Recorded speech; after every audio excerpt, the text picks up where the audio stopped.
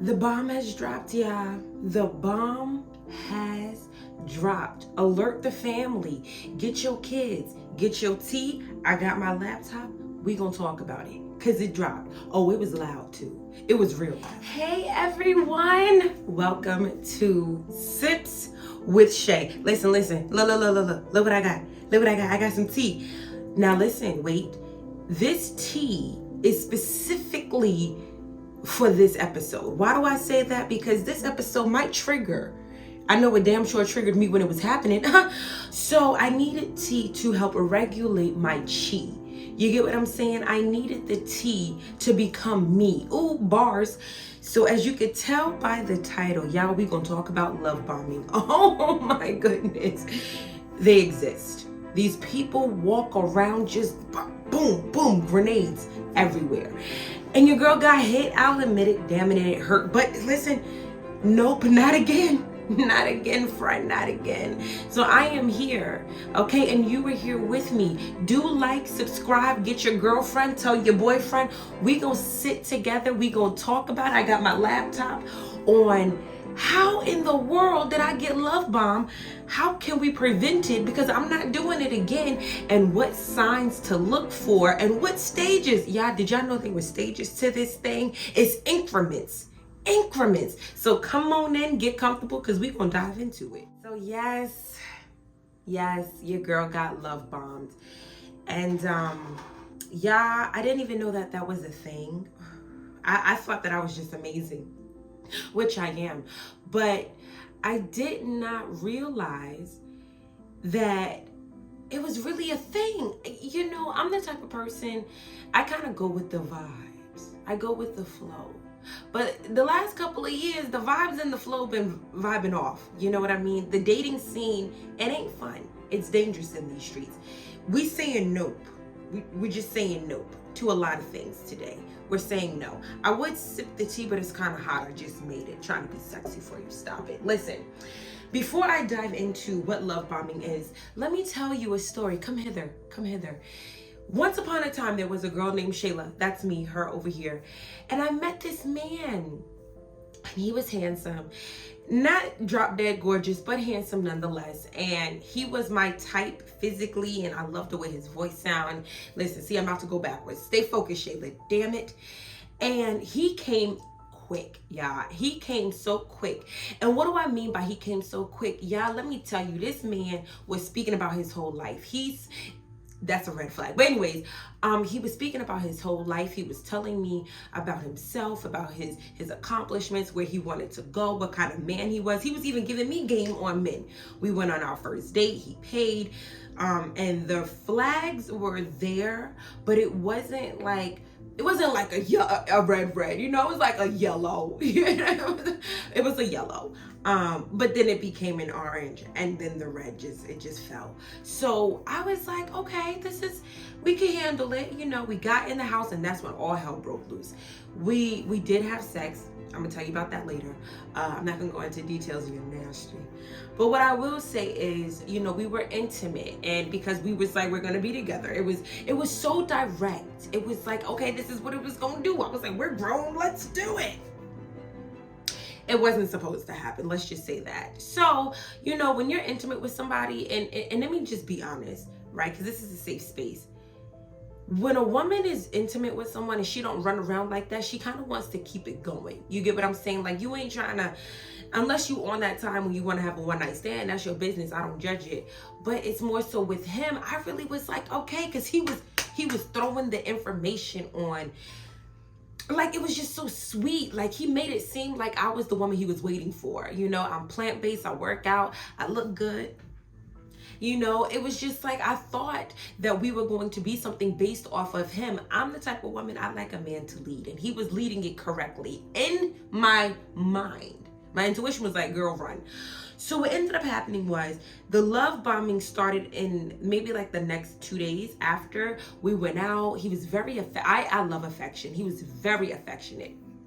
Yeah, we was out and about. He was just holding me, giving me kisses. I'm one of those girls, like, slap my ass, let him know it's real. And it was just like, it was so dope. You know, he kept making it seem like I am her. You know, now, honestly, he did tell me that he was talking to other people. And he was like, you know, but I want to be with you. And I'm like, well, if you want to be with me, be with me. I'm here. Nobody's pulling me. I didn't understand that. But it was just so much energy. And I knew that something was a little off, because I noticed that I was really drawn to him. And I realized that I was really, I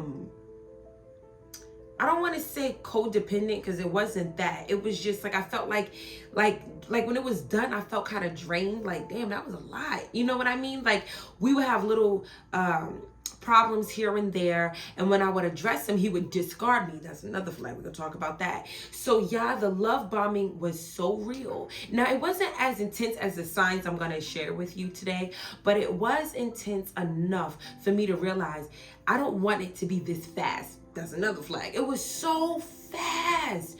The way we was acting, you would have thought we were together for years. We were only together for 3 damn weeks. I said it, 3 weeks. Did all this. My edges came out. Let's talk about it later. And it was a lot. It was a lot of admiration. It was like a lot of intimacy, a lot of, but I felt like something was wrong because I couldn't be me. I was like, every time I wanted to say something, nope, it wasn't happening. And I was like, this ain't it. So my experience with love bomb, I think it was like a small dose, because spirit kind of yanked me out. My intuition was like, it's time to go. Also, we went on a trip and he blew a fuse. He blew up. And because he blew up, I couldn't get past it. He didn't apologize. It was just too much. And I realized, like, if I were to go back to that and entertain it, it would just continue to be too much. I'm done with story time. You know, listen, tell your friends. Okay, tell your friends that if it's moving too fast, pull back. Okay, before I even dive into it, pull back. And why do I say pull back? Because let's be honest, things that start fast end quicker. Ooh, that's a word. I gave it to you for free. Stop playing with me. Love bombing, by definition, according to Psychology Today, it refers to a pattern of overly affectionate behavior. Keyword, not affection. Overly affectionate. I'm talking about like kissing, hug, like intense amount early on. Okay, let's continue. Overly affectionate behavior that typically begins in the beginning of a relationship, often a romantic one. Now, granted, it can happen in a friendship, but it's usually in a romantic dynamic, and it's usually where one person bombs the other. I felt that. It bombs the other with over-the-top displays of admiration and attention. That's the bomb. That's the bomb. You gotta dodge them. You gotta do the little Kim on them. You where one person is bombing you with all this love, affection, and then they just stop. It's like they kind of snatch it away when they don't get what they want. What does that sound like? Narcissist. What are the 10 signs of love bombing? Here we go. Write it down. I might have it on the screen if I'm feeling nice. Stop me. Listen, lavish you with gifts. Gifts can be monetary. Gifts can be taking you out all the time. Gifts can be physical things. Gifts is anything that you get, you receive it because they gave it to you. Earrings, jewelry, anything. I'm going out to eat all the time, flying you out. This is lavish. Number 2. Excuse me, get it together, Shayla. Get the mucus right. They bombard you with phone calls and texts. Now, was I bombarded? Let me say this. For any of you who have ever been love bombed, you don't see it as a problem when they're consistently texting you. You don't see it as a problem when they're consistently calling you, because you like them. You like them. So it's not weird to wake up and you got like 5 messages. Hey boo, how you doing? I like you. I miss you. You don't see it as an issue, but that is a sign. Next, they want your undivided attention. Now, granted, he definitely wanted my undivided attention, but did I get his? Hell no, I didn't. I'm sorry, I had a flashback. No, I did not. I did not get his attention, but he would stop and hold my hand and be like, Shayla, I need yours. It's kind of like a double standard. It was kind of like he wanted my attention, undivided, but when it came for me to ask him for his undivided attention, yeah, it was like pulling teeth. It was a lot. Number 4, Now, this one was interesting because this definitely happened. They try to convince you that you're their soulmate. Oh, I know somebody felt that. I know somebody felt that. That was one thing that really hit me. He was like, I waited for you. Like, you're the one that I want to be with. Like, we're so compatible. And we kind of were really compatible in certain things. They will make you think, they will make you feel that you're the one that they've been waiting for, or you're the one that they want to be with forever and ever. Nope. Number 5, they can't stop complimenting you. Now, what do we mean by that? We all like a nice compliment. I fall under the sign of Leo. Yeah, I know about the ego. It's real. I got bars today. Stop me. Don't. And what's interesting is, compliments are nice, right? But they are a form of vanity, and they are a form of external validation. You should be able to compliment yourself, but it feels nice to have a compliment. Now, if somebody is overly complimenting you all the time, you should look at it as, all right, chill. 6, they want a commitment and they want it now. Now, he and I were speaking about relationships and children and all of these things, and he did make it clear to me, like, okay, I'm ready to have kids and I'm ready to commit and all of these things, but he was interested in polygamy. And in his mind, it was like, I want to do polygamy, but I want to do polygamy with you as the foundation. My behind thought that was cute until I realized, like, I don't know if I'm fit for that right now. It's an interesting topic. I kind of like the idea, but it felt like the signs started to come out where it was like, I don't think this will be good. You with me and another woman when you can't even just be here with me. It wasn't gonna work. Number 7, they get upset with you when you place boundaries. Y'all listen, if you're liking this video, do like, subscribe, share this with someone who gets it, who needs to understand it, who's in this situation, because that one, let's read that again. When you place boundaries, they get upset. Friend, when I would say no, ooh. When I would correct, ooh. When I would call out an issue and be like, I don't like this. This is not okay. Oh, the pain that he felt. I was like, how in the world? Somebody like me who has battled with boundaries, you not helping me, boo. You triggering me because I can't even place them with you. That to me was like the biggest. Out of all these signs, number 6 got my heart. I love number 6. Okay, that was number 7, my bad. Yeah, number 7 got my heart. Okay. Number 8, overly needy. To me, being needy is not a bad thing. It's not. We all need something, There's nothing wrong with it, but being overly needy is a problem. What this overly needy looks like, I need to be with you all the time. I need you to hold me all the time. It's like, all right, we're grown. Go to therapy. I'm not your therapist. I have other things that I'm doing. I can be here. I can help you with your needs, but your needs are not on me to this level where it's now crowding me, and it's now making me feel like I can't just flow with you because you always need me to do something. Now, what's interesting is this man actually told me in the beginning I'm a needy person, but what I thought was it's not a bad thing because I have my needs. When a person say that they are needy, please ask for clarification, because what you think needy means and what they are about to display to you might be different. Number 9, they are overwhelmed. Oh, you're overwhelmed by their intensity. That was true. I was overwhelmed by the intensity of the situation, the love, the energy, the intimacy. It was a lot. And to me, it wasn't a bad thing. It was just, I kept feeling like I'm not being seen. You get what I'm saying? So it was overwhelming to feel like it was so real that I thought it was so intense that I thought it was fake. A person comes in, they look the way you kind of want them to look, they got the body you kind of want your man to have, and all of these things, he had a good job and he worked out just like me, and then you realize like something is not right. Something is just not right. So it was a lot. And then when you get out, you realize how much it was a lot when you just kind of want to sit and just reboot. You don't want to call nobody, you want to talk to nobody. And last but not least, you feel unbalanced. Mention those 10 signs. Before I go into these 3 different and intense phases, I want to tell you something. A lot of y'all will attract love bombers and gaslighters and narcissistic people, because there's something inside of you. Catch this word, it's for free.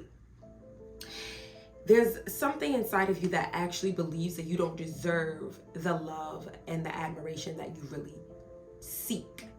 Okay, some of us have really had rough upbringings, rough situations with our dominant parent or our other parent, where we really don't believe that it's possible of receiving the things that we truly desire. We don't believe that we are worthy of such real love. So when it comes in quick and it's intense, we kind of don't see the red flags, because it's feeding parts of us that have been broken. It's feeding the parts of us that are needy. That's why a lot of these signs, I didn't see them as red flags, because I had my own issues.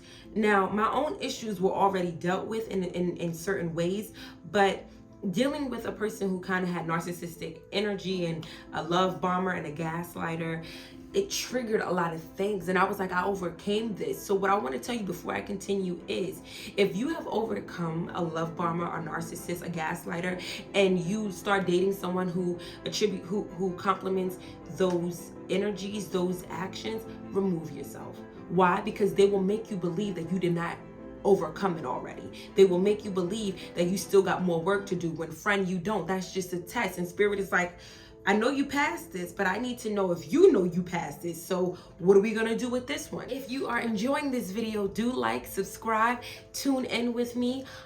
You can also book a session with me. Yes, because you know the last video I said I'm walking in this calling. I'm walking in it for you. Yes. Listen, stop me, don't. If you want to book a session with me and we can have these deep conversations, you can. I will leave my email and my business information below, because this is real energy. There are 3 different phases. I didn't even know there were phases. These people exist. They do this. There are 3 different phases that you need to be mindful of when you're dealing with the love bomber. The first phase is the idealization phase. Ooh.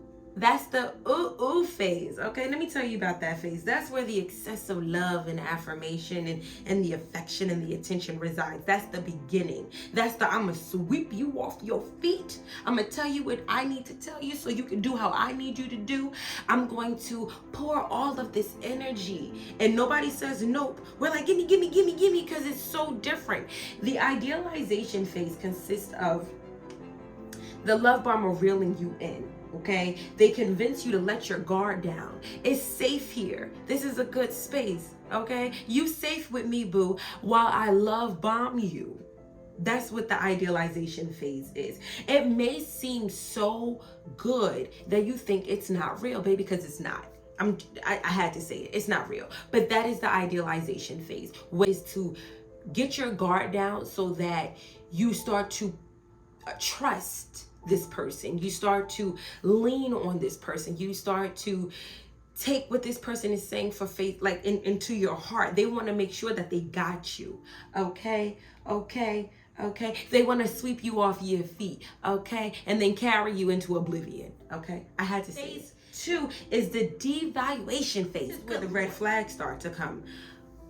The red flags are those signs. That's when they start to come. You would think that the red flags come immediately, not all the time, because they want you to get comfortable. They need you to stay in this idealization phase that they are who they say they are. They need to keep that mask up. They need to make you know, like, I'm here with you. It's you and I, right? But the devaluation stage comes in, and that's when you start to realize there are red flags. Something isn't right. I don't understand what's happening. So what does this say? It says your partner may try to exert control over you in various ways. What does that mean? They may start to, no, you probably shouldn't wear that. You probably shouldn't do that. You don't know what you're talking about. Gaslighting lives in this. Sometimes it can also be physical violence. It can cause you to start to question your sanity. There were many times he said certain things and I would bring it back up and he's like, that's not what I said, or that's not what you heard. And I'm like, man, I know I heard what I heard.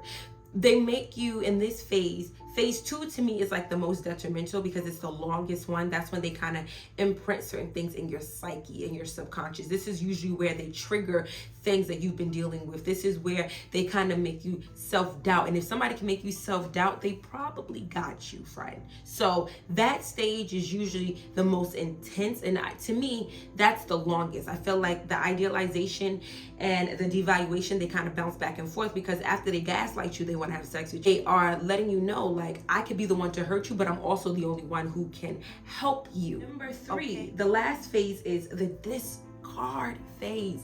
When they discard you, meaning,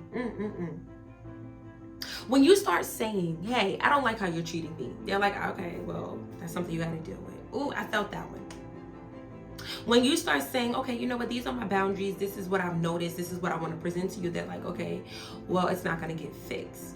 They start to make you feel like you can't get the solution that you want. That's not your role. They're the ones running the ship. They're the ones flying the plane. You follow their lead. The discard phase is kind of painful because what it does is it makes you feel like you're not important. You are here to serve them and provide them with their needs. I feel like that's when it's like you have to now leave, whether you want to or not, because they're starting to chip away at your confidence. They're starting to make you feel like you're really losing your mind.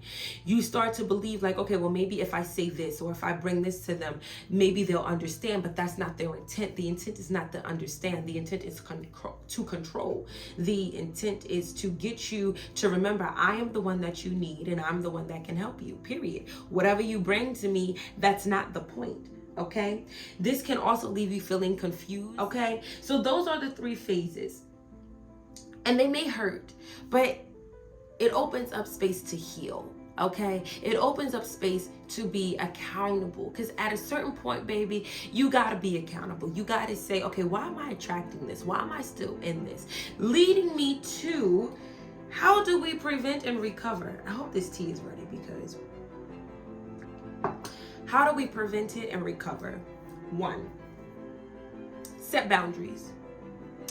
You want to set boundaries and you want to come in with your own morals and standards so that when anything is off, you address it immediately. And because you address it immediately, you get to see immediately how they respond.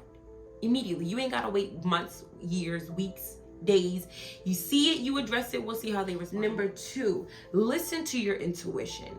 For me, as a person who is an intuitive, an intuitive healer or somebody who really gets downloads consistently, it was very heartbreaking when I chose not to listen to my intuition, because it was so different. It was so exciting. I wanted to enjoy it, but I had to realize my intuition was telling me from the jump, Shayla, listen to this. You've been here before. Leave. And I didn't want to leave. And when I had to go, it was intense. And I was like, damn, I should have just, but you have to forgive yourself. That's going to be the next one. Okay. Which is leading me to number 3, forgive yourself. When you realize what's happening and you realize you stayed into it too long, do not allow shame to sneak in and start to degrade yourself, attack yourself. Be gentle with yourself, because there was a reason why you fell for this in the first place. And if you beat yourself up, more than likely you're going to fall back into it. Next, you want to call out the red flags early on.